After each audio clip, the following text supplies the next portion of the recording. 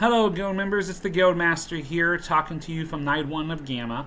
I wanted to give you a little bit of update of some things I've seen tonight. Today was mostly a business peer-to-peer day, so not a lot of presentations from manufacturers, not a whole lot of interaction with them today. We'll have a little bit of that tomorrow, but that's mostly going to be Wednesday. Most of Wednesday and a little bit of Thursday. We're gonna have that. So, but tonight we did have a board game night, and do I have some good news for you? Based off of from last year's GAMA, board game night was not impressed overall with what we saw. There was a lot of party games and stuff, which again is not bad, but when there's 100 in a ballroom, 100 games in a ballroom and 90 of them seem to be party games. That's kind of a rough year. This year, much better diversity in styles and levels of gaming, and I really got to give it to the independent game designers this year. I played 3 games tonight that were just absolutely fantastic that I want to highlight from independent designers, and then one from a recurring designer. But let's start with a game from actually local game designers from South Orlando, a game called Estate. Estate, a war-torn area has occurred, and we are now trying to build it back up on behalf of the various lords. Each person plays a different lord, so there's a little bit of asymmetry. They have a special power they can activate once per era. Era is kind of like a round in this game. You have worker placement strategy, a little bit of engine building. It reminded me a lot of Lost Ruins of Arnak and other Czech Games Edition games. Mix that in with a little bit of Everdell and a little bit of Wingspan, and you got yourself a kind of an idea of how that game functions. Again, worker placement is in your action economy, resource management, and then using that in order to be able to build your estate. That's the name of the game. Build your estate, and then using that estate to have abilities and powers and production in order to be able to gain more resources to build more things, and so you're creating your engine. For those of you who have liked the Czech Games Edition games, those of you who liked your engine building aspect games, Lost Ruins of Arnak and Everdell, your Wingspan gamers are going to really love this game. I was very impressed with it, and I'm looking forward to being able to get that into the store sometime this year. Another game I played was Gems of Iridesia. I'm hoping I'm pronouncing that right. Iridesia, I believe is, yeah. Anyway, great game about trying to mine your way to an old capital city. You're trying to get all the best gems you can, use the gems to buy loot and treasure, and use the gems or to buy gold, gain gold through the market system. It's not quite as detailed as Kutna Ora, but it doesn't need to be for this particular game the way it functions. It's going to go, you have ways to manipulate the market up and down for the gems. You have ways to buy items. You can use those items to be able to play through games. Items that be able to use actions to be able to manipulate the economy, manipulate what you're doing through gaining mines and exploring, gaining mining gems. Really fun game, really light to medium strategy, very easy to learn to play, but some deep strategy within it. So I think there's going to be quite a few again members who are going to really love this game.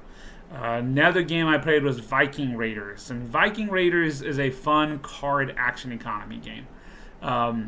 You have cards in hand, you use them as resources to be able to buy items to put in front of like a tableau in front of you, and that's going to be your trying to score, your victory points you're trying to gain. In order to win, you have to gain so many victory points in 3 different categories. As you play, there are 2 things you can do per turn. One is buy something from the market, and the other thing is play an action card.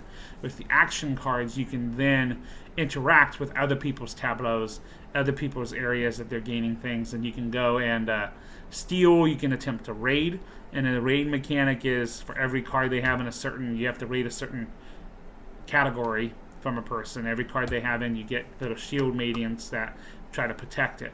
And so you got a 50-50 chance of pulling a card that's a shield mating where you fail your raid, or you can successfully steal an item from their tableau and put it in front of yours. First person to get to whatever the victory points is, 5, 6, 7, depending on how many players are playing.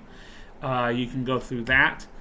There's also It's also very thematic in terms of Vikings. So you're collecting longhouses and the Viking ships, and you're collecting hordes and caches and loot, and you're trying to build all of this area, this Viking empire, while other people are trying to raid you, and you're raiding them. There's also other action cards based off of mythology that can pop up, Norse mythology. So you've got Loki and Jormungandr and all those kinds of things popping up in the gameplay. It was a lot of fun. It was a very quick blast game, but it was one of those games where you're interacting with each other a lot, and it was a lot of fun and laughs. So I know there's quite a few guild members who are really going to love that game. So those are my 3 from the independent designers who did a fantastic job on these games. I was very impressed with the games I saw there. The last one is a game called Rebirth. Rebirth is a tile laying, token laying game.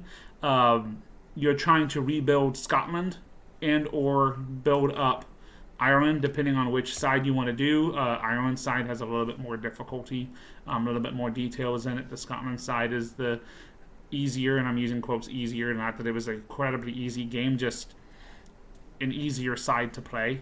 It has a lot of good elements that players that like to play Carcassonne are going to enjoy.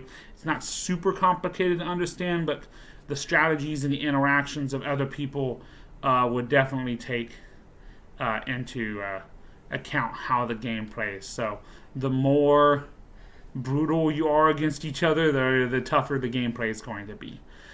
So you can level yourself with your play group. So it's a very fun game. Like I said, my Carcassonne players are going to love it.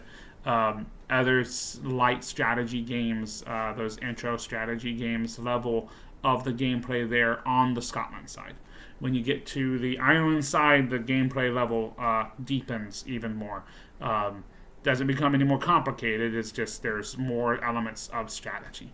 I see this game, if it does really well, being able to then theme itself out to other places if they wish to. It was well designed, a lot of fun. Like I said, it was kind of Carcassonne with a modern twist to it. So that's the best way I could describe that game for you all. But those were 4 games I played that were very fun. I thought it was going to be there were going to be great games that we're going to try to get as soon as possible. Barring them release issues or anything like that. All the independent game designers had expected production and availability dates, so they were beyond the testing phase and they were at the we're making this stuff phase. So that's why I went ahead and wanted to share those with you, because they were very high probability of being available this year. So looking forward to them. Try to get Rebirth as soon as we can. I believe they said that one had released. I'm going to double check my notes on that to see if we can get it or when we can get it. But 4 great games we played tonight. We'll play some more as there's more game nights in the coming nights. But I wanted to share at least a little bit of what we had so far from GAMA. So day 1 down, 3.5, 4 more to go.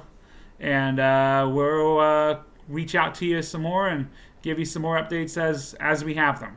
But anyway, thank you for watching, and I will see you all when we get back. Or keep an eye out for more videos about what's happening here at GAMA. All right, you all have a good night.